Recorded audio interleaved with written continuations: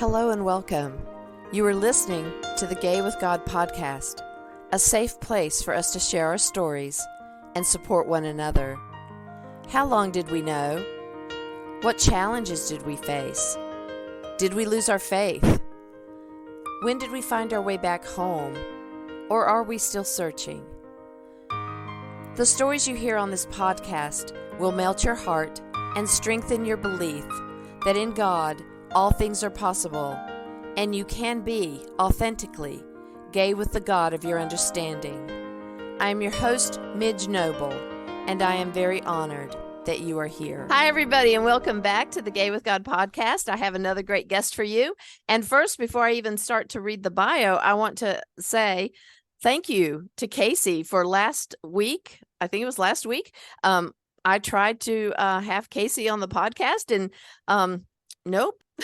they were there and they were happy. But I was not, because I couldn't get to where Casey was. So thank you so much for your patience, for your, what a positive attitude Casey had all through that thing, telling me to breathe and calm. It's fine. Perfect. It was just so perfect. So thank you. So my pleasure. In the Gay with God house today, we have Casey Tonnelly. Casey has established a reputation as an innovative and passionate leadership development coach, anti-racism educator, and diverse equity and inclusion DEI strategist. Casey has been delivering attentive and dedicated program management for 15 plus years, sustaining and guiding community initiatives, striving to support diverse and underserved populations. They are skilled at assisting clients with exploring, examining, and transforming their unconscious biases and deepening their understanding of interpersonal, institutional, individual, and systemic racism. Casey possesses a proven track record of leveraging their excellent interpersonal skills to converse clearly and compassionately and build lasting relationships with individual and organizational clients. Additionally, Casey is an exceptional motivator and collaborator who effectively spearheads improvements for clients that enable their personal and professional growth. Casey's dedication to creating an equitable, world free of discrimination knows no bounds, and they will apply all their skills to ensure your goals are achieved. Well, I don't know. It is a mouthful, but now we're just so happy to have Casey in the Gay with God household. And you might hear some dogs barking in the back. Can you hear that? This is a problem for me, and you can't hear it? Just a little. Somebody just rang the doorbell. So we're just going to let them understand that I'm not available. And hopefully the dogs will go down, and I'll just increase my little volume here a little bit, and we'll see how that works. Okay. So thank you again for being here. I'm so excited that we've connected. I just love following your social media. I love your energy. I love everything. I just love everything about you. And now you're here and you can tell us your story. So I know, just start anywhere. I love it. And Midge, also, I feel like last week was such a, what a gift for me, right? Because this idea of oh, right, in a world where everything's no, fast-paced, immediately, correct and perfect 5 years ago, to be able to be oh, no big deal. Let's take a beat. We'll connect again. I love getting to do an opposite action than what most of society expects. And so thank you for that gift, because I got you're welcome. to walk in it. I think one of the things was I was a late bloomer for myself. I grew up, I was born in 78. I grew up in New York, height of the AIDS epidemic that was going on. And New York was such a hit spot. And also my family was deeply Catholic, deeply Catholic. And there's just a lot going on. It's not even that simple, right? I feel like my mom had a lot of untreated mental health stuff going on. And I have so much empathy. I'm oh my gosh, to be struggling in such a way in a society and in a time period where it was so stigmatized. And it was like really sane, two options. You were sane or you weren't, and that was it. That's Uh, right. That's right. uh, like no nuance, and how, because she wasn't receiving the support and the healing that she needed, Mm-hmm. that she wasn't able to show up in the way of parenting that I think like Hallmark likes to show, or Mm-hmm. that Mm-hmm. I would have loved to have received. Um, Yes. so those were like multiple contributing factors at the time. And I was a Catholic campus minister while I was in college. Uh, uh, yeah, and I think it's such a fun thing to like go through a journey of like having had been not just harmed by like religion, Mm. but really destroyed by their believers. Mm. Right? Like Mm. it was the believers that really um kicked my booty straight Mm-hmm. into the closet. Mm. Um and I didn't come out until I was 25 or so. And how just like it was all very confusing. My family did not react super well. Mm. Uh I was doing my second year of AmeriCorps, which is like a volunteer program uh in Seattle, Washington with the American Red Cross. Mm. And, my year was kind of tick-tacking up. But I was like also looking for a job there because I was like, I don't know how this is going to go. And it didn't go great. Yeah.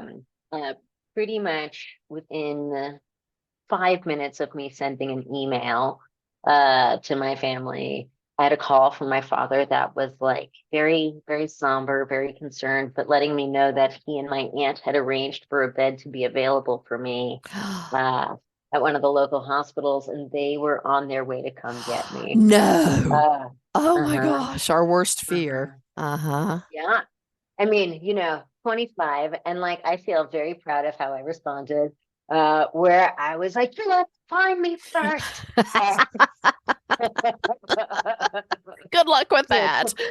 2,500 miles between us. I was Yeah. like, well, good luck with that. Yeah. Um, but I was so fortunate because, my Red Cross family at the time, word had gotten out throughout the chapter that that was not going well for me. Mm-hmm. And I got paged to the front desk. And I got paged to the front desk. Meanwhile, I'm trying to be like, I'm talking to other relatives, being like, do them get on a plane. Uh, and like, I get paged to the front desk, and they're like, hey, we hear you going through something. They're like, turn around. And I turn around to the front door, and there's like 25 to 30 of my colleagues being like, we're going to take you for a drink. Which like I am a consumer, so like that is an appropriate response. Um, and I was like, well, okay. And people were just like, oh, that seemed really hard. Good for you. And I was like, what is happening right now? Like the disconnect between what was happening in my like lived environment in Seattle versus like what was happening from like where I had been raised and grown Yeah. Right. in New York was like super confusing. Mm-hmm. So, and I like to consider that was like the first time I came out. And then like a few years later when I was like, wait, gender doesn't have to be binary. Uh, Neat. And I was 30.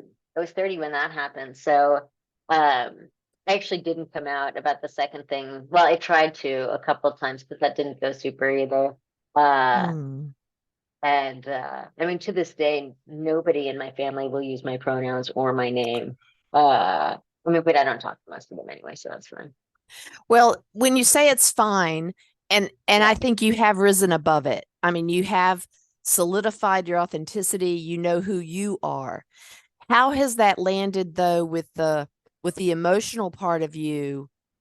Did you ever have that feeling of longing for more of a family connection, for unconditional love? absolutely. I mean, without a Mm-hmm. doubt. And I feel like there's sprinkles of that still present itself, but in Mm-hmm. different ways. Mm-hmm. And I think that I was just so enveloped in the Mm-hmm. narrative of like, well, if your family doesn't love you, or like then it's a you thing, A, number one, and B, that meant like, and at the time the tie with like being an abomination and going to hell. Yes. I was 12 the first time my mom and my aunt sat me down after school, and like in the kitchen, and they were like, under no circumstances are you allowed to be, and it rhymes with maggot. Um, I mean, I was 12, right? And I was like, oh, Yeah. okay, like what? Uh, Also, like, there's not always food in the house. I kind of have some bigger concerns. Um, Yeah. yeah. And also like that shame just got so deeply embedded in me. Yeah. And so Yeah. that feeling of not enoughness, right? Like that, like, Hmm. well, I'm not good enough to be loved by my family. Well, I'm too broken and I'm too this to like be loved by anybody. God's horribly disappointed in me. Uh, Mm. uh, that like all of those thoughts were kind of just, yeah, running through me. And for a Hmm. solid, like, probably from the time I was like, oh, I don't know, 17 to 29. I was just scrambling to do everything I could to be Hmm. lovable enough, uh, Hmm.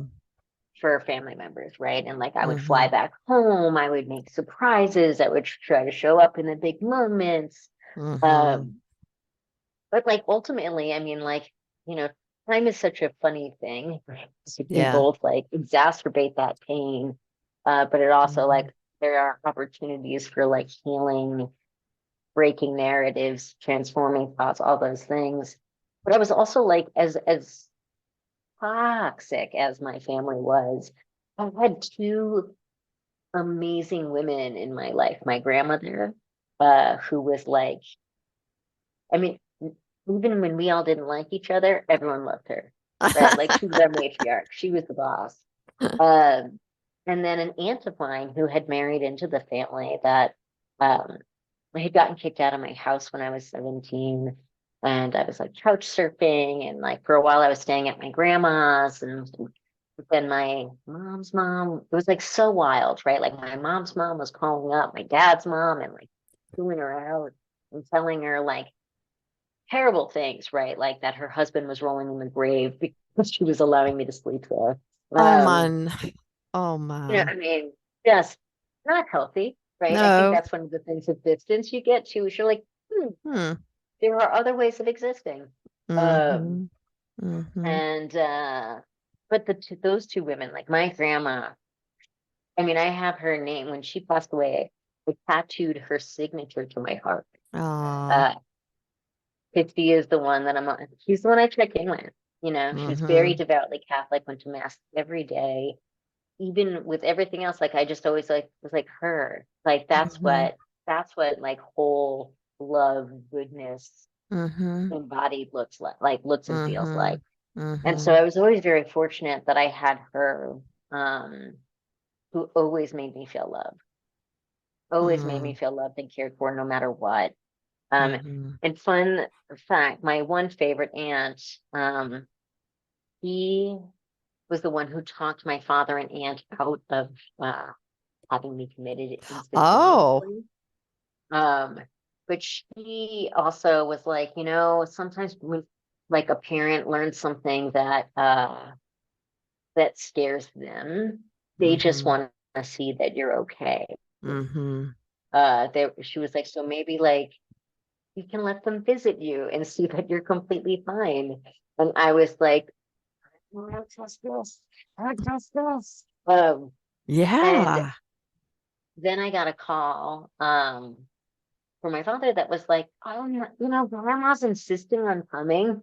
And so, funny enough, my dad and my aunt were like strategizing of like, how could they have this conversation with me if like, but grandma's there and they don't want grandma to know. Um, and I was like, and I also like was sick at the time. So I was like, this Oh. is like not awesome. But there was like a little cafe around the corner from where I was living, when my dad and my aunt were like, we just each want one-on-one time with you. And I was like, mm-hmm. And then my grandma was like, me too. I want one-on-one time with you. And I was like, okay. And my dad is like, I know your mom never loved you. And I was like, this is very confusing because it feels like left up messaging.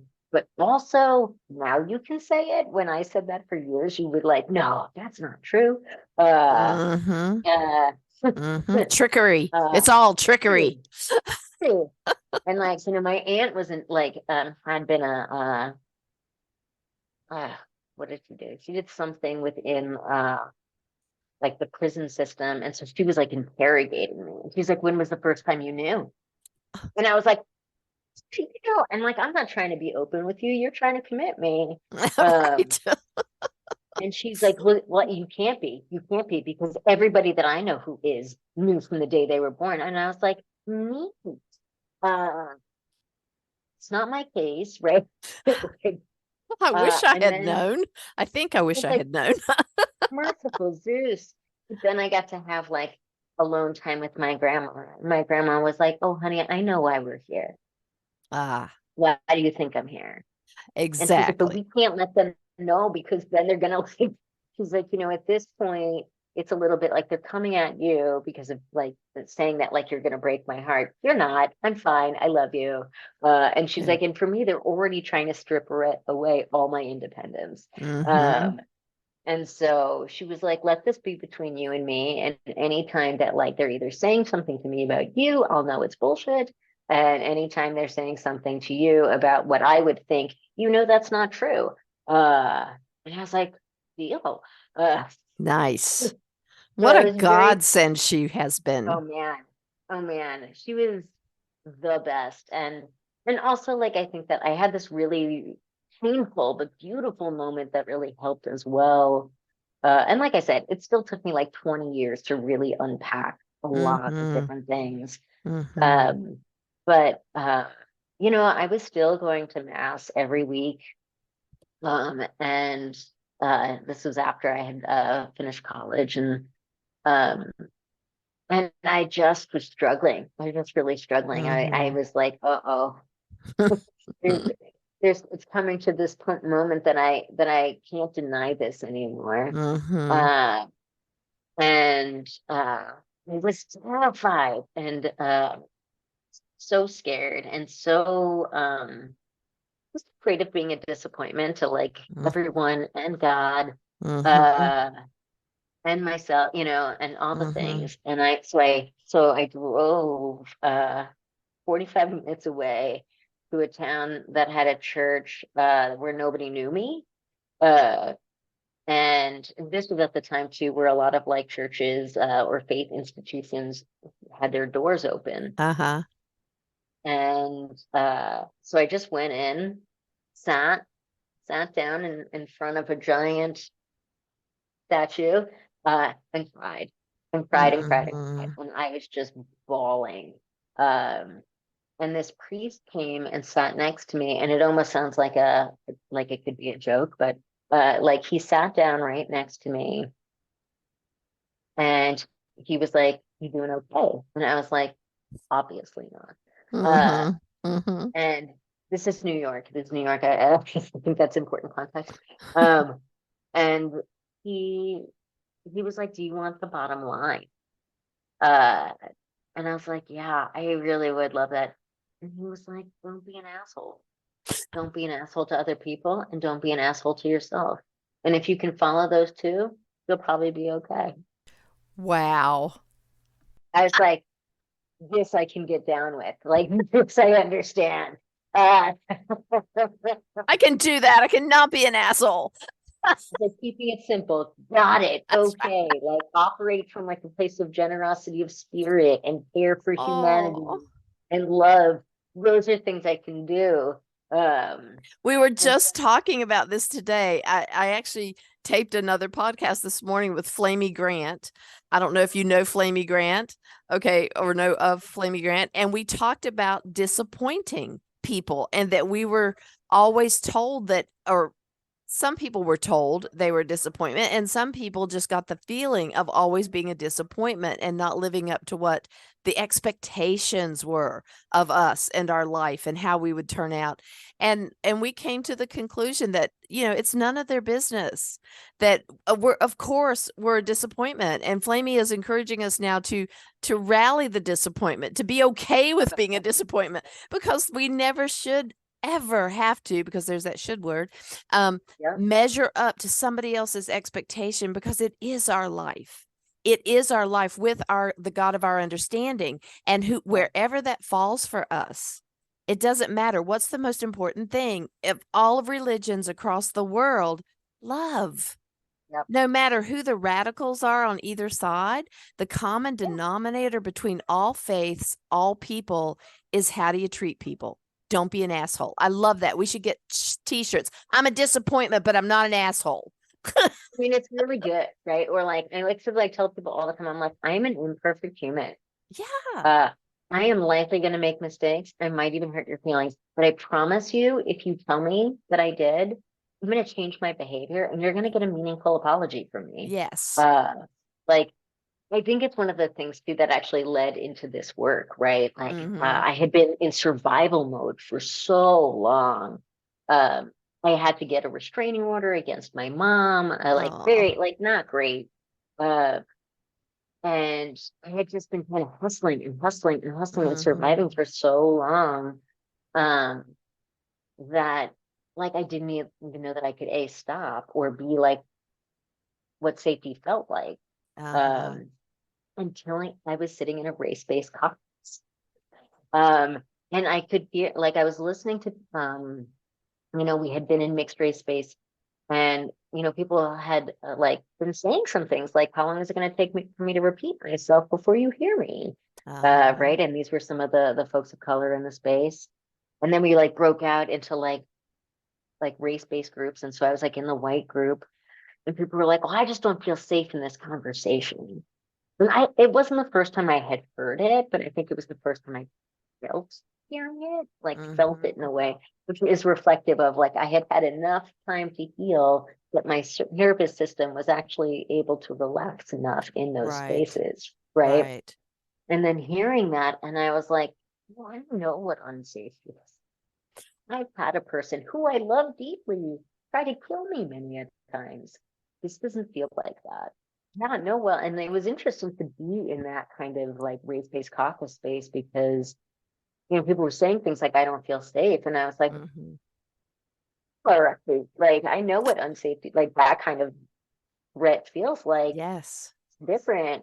And then also I think when somebody was like, how many times do I have to say something before you believe me or you hear me? And I was like, uh-oh, I can relate to that too. Not just with coming out, but with some of the stuff that was happening in my childhood home. Including I remember I was talking to my priest, and I was like, I'm worried about mommy. Right. And I had shared some of the things that were going on in our home, and he called her. Oh God. And that didn't work out great for me. No, I'm sure not. No. And I think that there is this piece of I was hearing things in community and work, racial justice work, that I was like, well, not remotely the same, but there's elements that I'm understanding, right? Or I'm able to be like, wait, you don't feel heard? Now I want to hear everything. Right? You don't feel believed. I want to acknowledge that, right? Because I think that I had known that feeling of being dismissed, invisibilized, threatened, really with a life-threatening circumstances. And then recognizing how I was able to change my circumstances by the time I was 27. And some people are they've been doing this for generations and thinking about coal.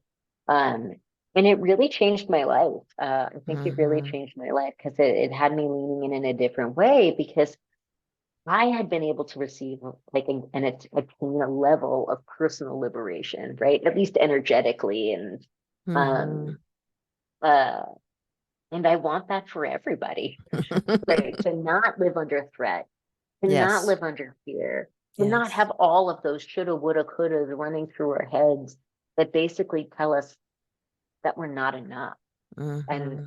and we're more than enough, right? It's funny because for earlier in my career, when I was working in emergency management, I was tasked with being the faith-based outreach person. Mm. And I was like, huh? Eh, ugh, I don't know. I mean, I'm like, I could burst into flames. Somebody else might burst into flames. I don't know. Like, it's a safety issue again.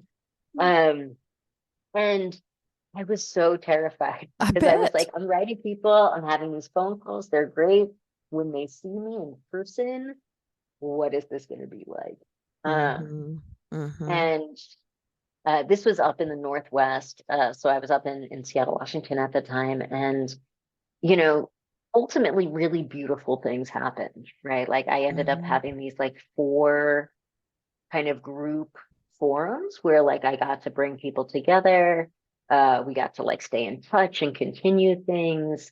But it was really cool at the events because you would have like we had a woman who came in like a full burqa, sitting next to somebody from one of the synagogues, sitting up, and both of them were like the singulars of each with a number of like faith-based leaders from like local churches. And and I am like thumb biting it, and I am like thumb biting it. It's gonna be like, oh God, I hope this all goes okay.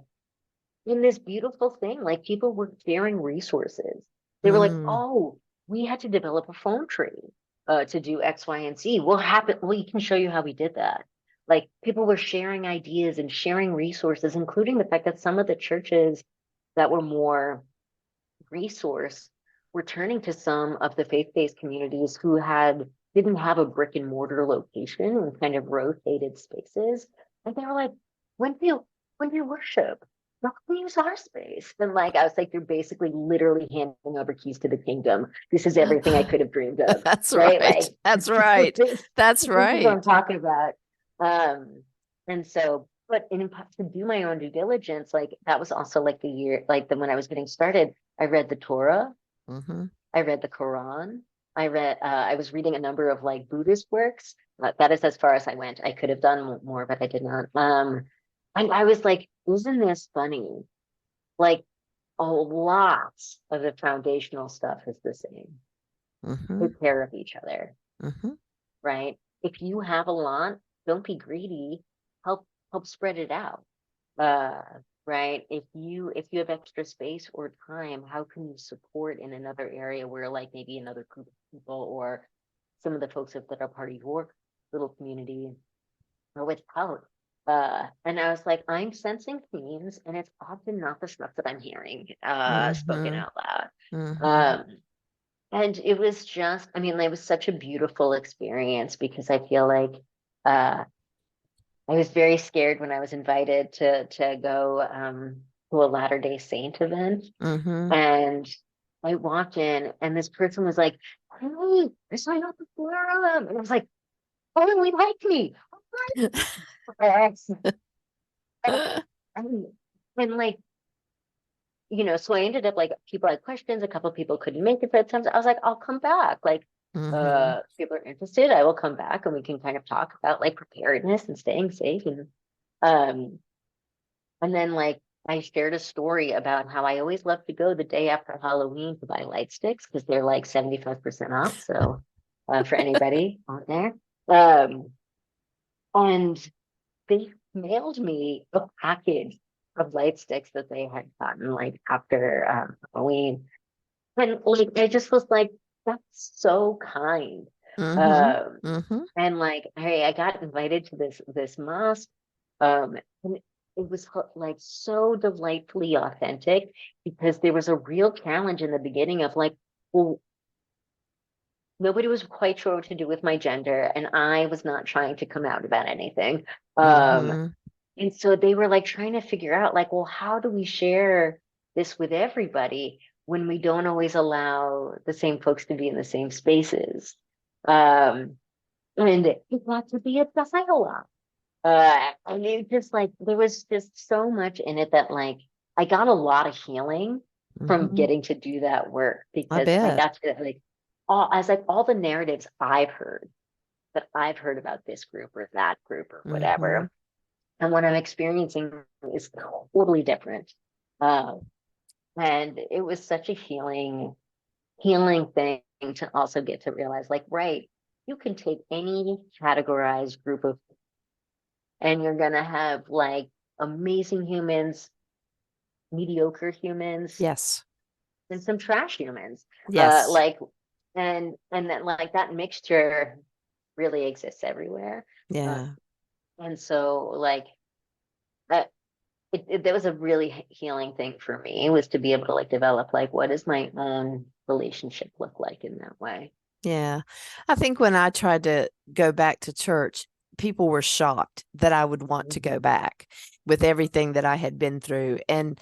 But for me, it was like reclaiming what I felt was stolen from me.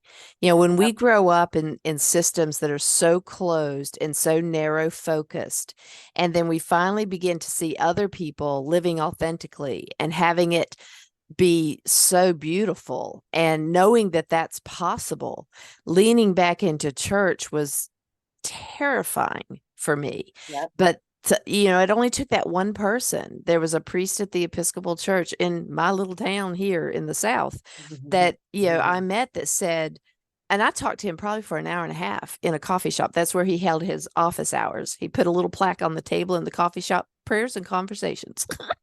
And so that's when he scheduled to have me come in. And so I went to the coffee shop, and that was so less threatening than to go into an office. And and basically for an hour and a half I tried to trip him up and have him tell me that he thought I was going to hell because I just wanted to cut off this idea, you know, just cut it off. And we just continued to have a really open conversation. At the bottom line, he finally said, "Okay, here's the bottom line. I don't think you're going to hell, and I don't think God does either. And I don't think the Bible preaches that."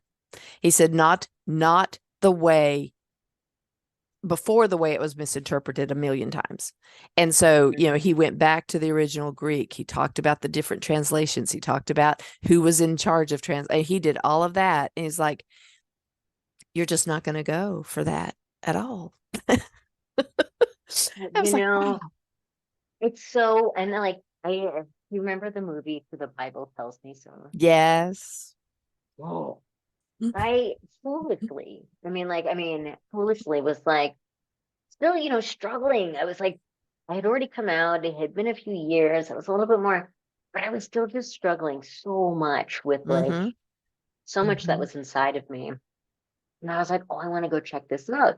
Not thinking at all, like, what if this isn't a movie that's like funny? To the queer bee people. Right. Ooh, uh, so, but I had bought a ticket, and I was like, well, it's too late now. Here I am.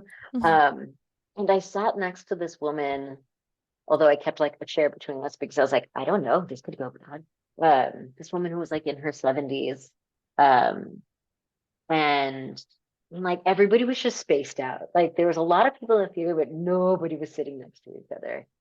So I was like, I don't think I'm alone in my like threat assessment here. So Mm-hmm. good. Mm-hmm. And then obviously that's not what the film is. Um, and so naturally, at various different points, somebody's bawling in the theater. Mm-hmm. Mm-hmm. Um, and the woman next to me started to cry. Mm. And like I didn't know what was going on. So I just like reached my hand out, like to see if she wanted to grab it. And she did, and then just lost it. And it was like at this part where she was like, I turned my kid away, and he ended up hurting himself Oh. uh, and taking his life. Uh, and then her and I were hugging, and I was like, and now she's like a freaking champion. Like she's out there, she's in the streets, she talks to, and she's like, now I do it. I talk to all the electeds, like she's out there. Or she was out there. Mm-hmm. Um, and it was such a healing thing for me, right? Like Mm-hmm. feeling like, I remember like not long before that, my father was out in Seattle for work, and he was like, I could. I could give you a little bit of money if you want to stay out here. And I was like, I'll do that for free. Uh, older me now, though, I kicks my booty and being like, oh, I should have taken it.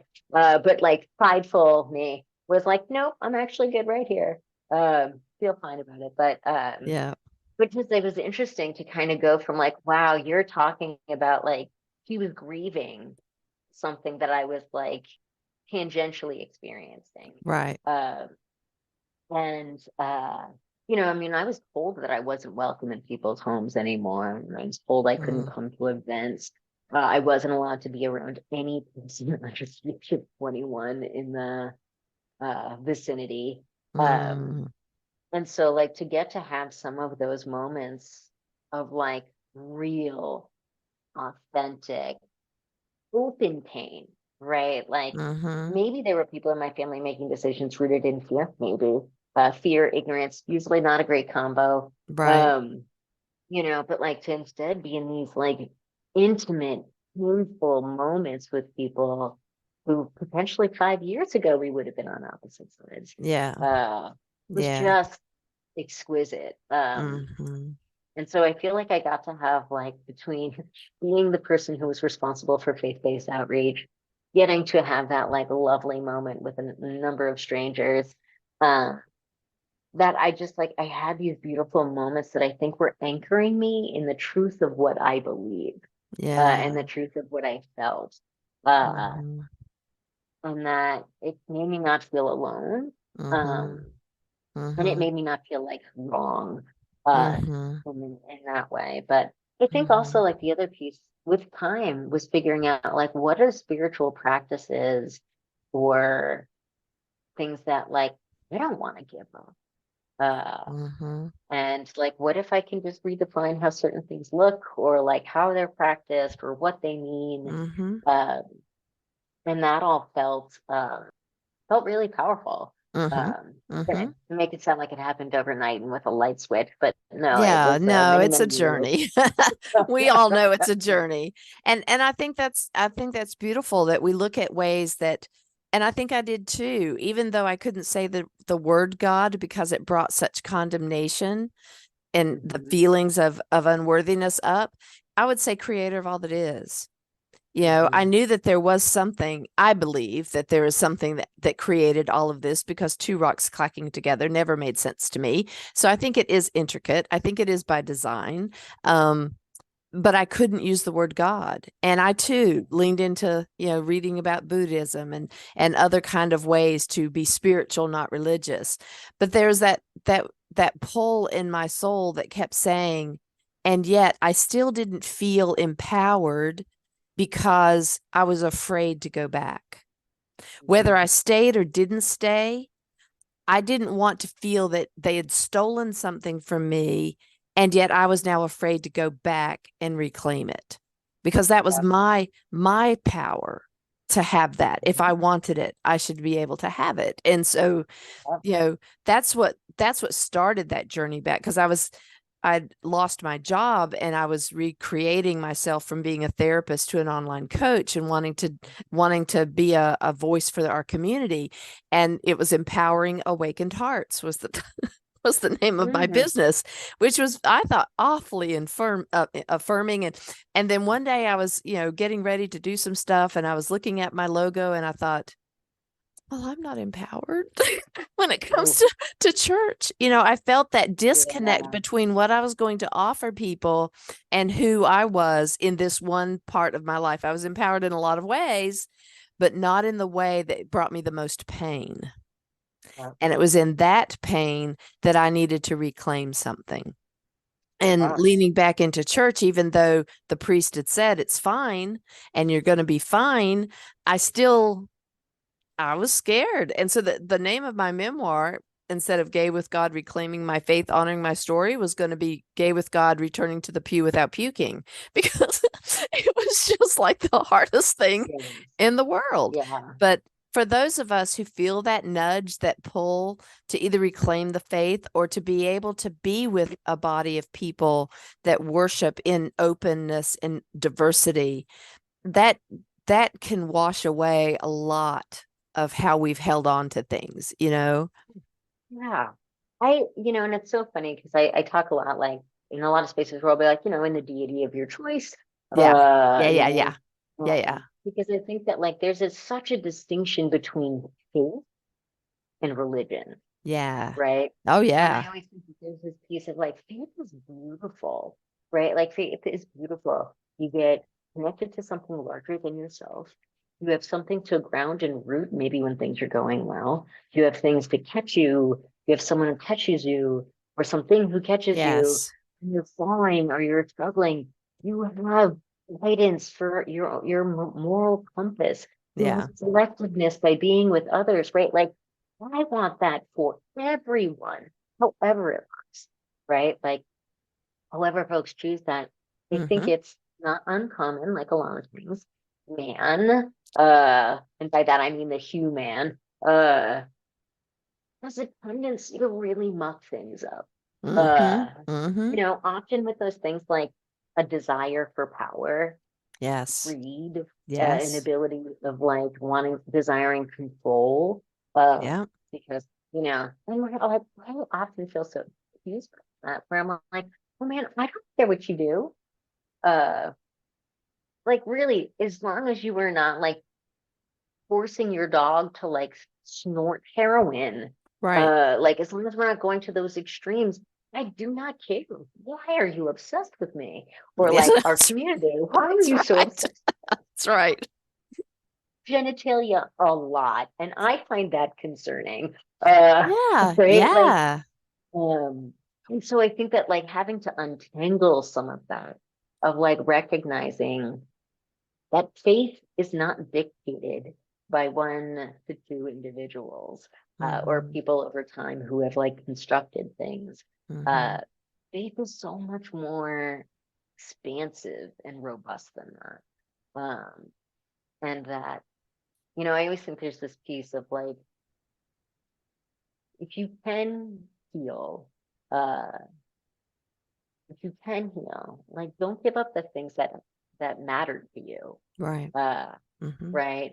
Um, and like I will never go to a conflict to it again. And I also respect people who want to, right? Right. Like do Yeah. you. Yeah. Yeah. And I think that's the way it has to be. Although some people get really freaked out about it. Like I lost friends when I was younger. Well, as I was coming out, I lost church friends because I went to a Christian college. Yeah. And so though many of those friends I lost when I came out as gay. When I went back to church as an adult, I lost gay friends because I was going back to the dark side of church. And I get that. Oh, cute. I get that. I'm seeing a puppy in case anybody wants to know. so so I'm obsessed. Um, but I think that being able to honor where we are in that space, and that's why I always use the phrase, the God of my understanding, because God means something different to everyone. And it doesn't have to be the word God. It doesn't have to be anything. It could be nature. It could be whatever is what is in your comfort zone. But I do think Yeah. it's interesting that there's that pushback from the religious community against our community. And then there's a pushback against our LGBTQI plus community because it's almost like they want us all to do the same thing, forgetting that we are all individuals and we've never been able to do the same thing. It has to be different for all of us because it's our own lived experience. Yeah. Well, and also like I think about again, like why would I ever want to take something that feels like a comfort or a guide purpose for somebody? Mm-hmm. I don't want them to do that to me. Right. Um, Right. and I also think that I think there's always there's of course different degrees of things, right? Mm-hmm. Um, I remember I had a relative who used to carry holy water with them. Mm-hmm. Occasionally would like sneak it behind me and like throw it on my neck. Oh my Um, goodness. Oh my goodness. I was like, what is wrong with you? Like, what Yeah. is this? Like, you're not even being direct, you stinky devil. Mm-hmm. And Mm-hmm. I think that there's that piece of like, when we talk about being in a society that's like theoretically ruled with like freedoms, liberties, Mm-hmm. um, that like really if that's the reality, then like how I believe is fine. How you believe is fine. What I Mm-hmm. believe is fine. Right? It's not about like, well, unless you're believing in the same way that I do in exactly the way Mm-hmm. that you do, it doesn't count.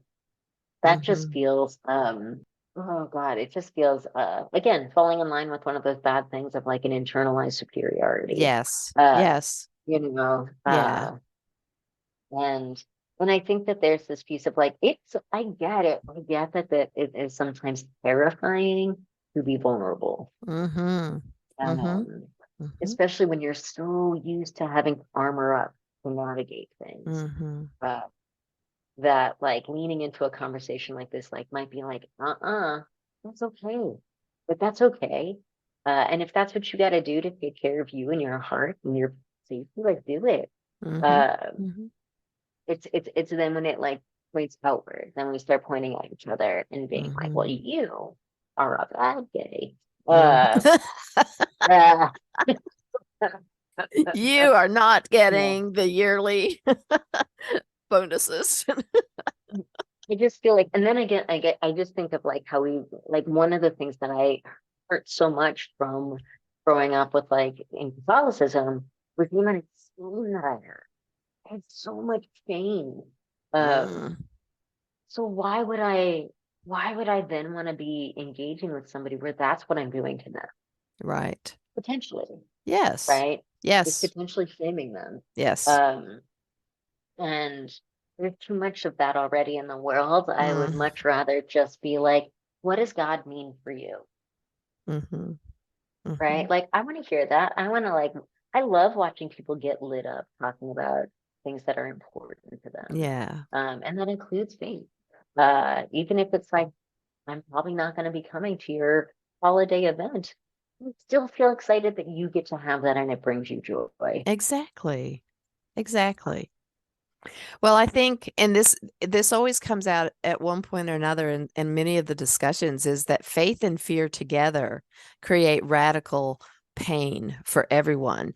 And that's where our families who were taught that fear-based faith and not understanding that when it says fear God, it's not talking about be afraid of, it's talking about awe and respect, but yet they have created so much fear around God and loving Mhm. God and being accountable for every little thing that we have no reason to be accountable for. But that is what drives, I think, our families crazy, especially in Catholicism, where everything is like super maxed out on shame and guilt and all that. I mean, that's like the superpowered church of guilt. I loved what Uh-huh. Robin Williams would say about the Episcopalians, is that they're Catholic light, half Yes. all the liturgy, half the guilt. Uh-huh. uh Yeah, oh man. And I feel like there's this piece too of like, I've talked to my partner about like, I also feel like now I am at a place that I can also look back and being like, well, that felt so special to have like place I could go, hmm uh, you know, multiple times a week.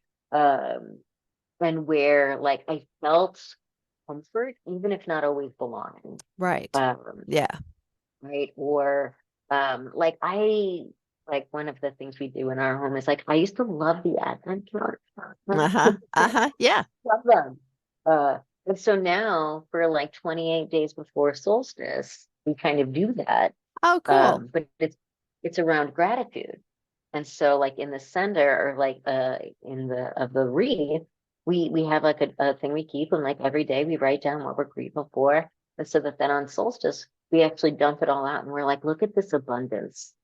Look Uh-huh. at this abundance we get to live with. I'm like, it's so powerful. And it like taps into that like memory of the ritual and the Mm-hmm. practice that Mm-hmm. like I really enjoyed. Um, and like it gets to look a little bit different. Yeah. Um, So reframing those traditions and being able to oh, bring them into a place from feeling squished to feeling expansive. That's mhm. awesome. That's a great idea. I like it. I like it very Because, much. I mean, like I was telling my partner that like this year, I think I want to actually learn how to braid songs. Okay. I was like, I always thought that was the coolest thing, Yeah. like when I was younger, and like, they'd give us like one. You could have one. And there's like just, I mean, I'm sure people who are more skilled could be I like, oh, can't you do can it. make like a whole outfit with that thing. Yeah, But no, I no. can't, and like I kind of want to learn how to. There you go. Right. I There you think there's go. like that piece of like, well, that interest is still there. That's right. I don't have to That's give right. that up. And No, so, no. Well, that's the whole it's, thing. And Father Joe had said that to me too as I was leaning in, and he said, "Don't give up anything you're doing that's working. It doesn't matter." He says, "Whatever you're doing, if it's working for you, bring it with you. And you may add to that. You may take some things that you find here and not adhere to it. You may take some things you're doing and say, oh, I don't need that anymore, or I want to do it this way now." So he said, it's yeah, all part of who you are. It's part of your journey. There's nothing you need to be upset about. He did say that my BA in theology was really more of a BA in bad doctrine, but, and I agree with him now. and again, like I always think that there's that piece of like it also just goes to show there's so much information out there I know. in a variety of directions. Um, Yes. Yes. and that, again, like because it is like such an intimate personal relationship, Yeah. uh, you have to figure out kind of like what's the thing that makes it feel most embodied and connected. Yes. Uh, Yes. and so you know, I love that he has brought you over to his side. And Um, then he and left. oh well, not This is what happened. Let me tell you the story about when my next book is going to be Gay with God, The Adventures of a Lesbian Aries. But so after I came Mhm. to church as a gay person, I darkened the doors. And then we had a mold issue in the church, and we had to start having services at the funeral home. And then our priest got sick, and he had multiple surgeries, and then wound up having to have a liver transplant. And we had a pandemic. And don't you think that the guilt of my youth didn't pop into my now very adult brain that should know better and think, oh my God, I've caused all of this because the gay girl went back to church. I mean, it's deep, right? Like those messages sometimes are real deep. It is lovely when you can kind of be like find the humor in it. Uh, um, Well, really, we I, have to, right? If you don't laugh at some of the stuff that you've been through and what a lot of us have been through, we would be already probably checking our own selves into some place. agreed. Well, and I told my partner, I was like, it's so funny though too, because like something I always felt really grateful for. I was like, I don't care what comedy show you watch, what's the funniest thing you've seen. Nothing is funnier than when it happens during service. Yes. Uh, right? Like some guy was sitting in front of me, like he sat on one of the donation envelopes, and the adhesive he had been sitting on it so long melted and Mm. stuck to his pants. And so he's going up and down and up and down, and the envelope's going with him. And I am just like on my knees, just like pretending I'm praying, but bouncing up and down really hard. Uh, I was like, you just can't stop. I remember, and like Sister Phyllis came up and tapped me on the shoulder and told me to leave. And like, I was like, man, some of those memories just felt like Mm. so like good moments, right? Like good moments. Um, and and I think that that piece of like, I definitely needed a good bit of time Yeah. before I could start leaning back into Oh, sure. conversation, even thinking about it, or even having reverence for the positive that came with Mm. the Mm. harm. Um, but then once I was able to get there, it like just opened everything up. Oh, Um, absolutely. and Because then now and you it, own it and you can redefine it. We don't have to throw it out. We can just reframe it to who we are now and what we loved about that piece of it, not the whole thing. Whatever piece that brings you joy now and however you can put it into your life. and I think about like, how I had such a daily, morning, Mm-hmm. evening. often middle of the day prayer routine, Right. and how not doing that for so many years actually had a cost to me, where I Yes. was like, oh my God, when I prayed for forgiveness, which again, I was Catholic, so I prayed all the Mm-hmm. time for forgiveness, in every direction, that I was able to practice forgiveness of self, Yeah. right? Because I was putting it out there, I was putting it in hands, I was like, accepting, and that how my like self-forgiveness practice took a hit when Mm-hmm. I stopped Mm-hmm. engaging in like Mm-hmm. ritual prayer. Um, and just thinking about that, right? Of like it was like a permanent therapist. Like it was like 24 better help, 24-hour better help, right? You're like, got to get somebody on the phone right now. And that like, well, why should I give up that kind of a practice? Like That's right. where I get to Yeah. have like looking for hope, looking for guidance, looking Yeah. for forgiveness, looking to like let go of shame. Yes. Um, and so I think that that was one of the most powerful pieces too, is that a lot of religions have a lot in common. Mm-hmm. Uh, Mm-hmm. and a lot of the foundations are the same, and it is okay to like talk about the harms, and then also like, and maybe when ready, also looking at like, was there anything that brought you joy? That Right. anything that made you feel connected? Mm-hmm. And how do Mm-hmm. I always think of Maxine Waters from back in that day, in the day, a few years ago, where she was like reclaiming my time, reclaiming my time. Uh, and I feel that way. I'm like, oh, Yeah. I'm reclaiming my spirit. Like I get to reclaim my Yes. spirit. Yes. Mhm. Absolutely. Oh, I have loved this conversation.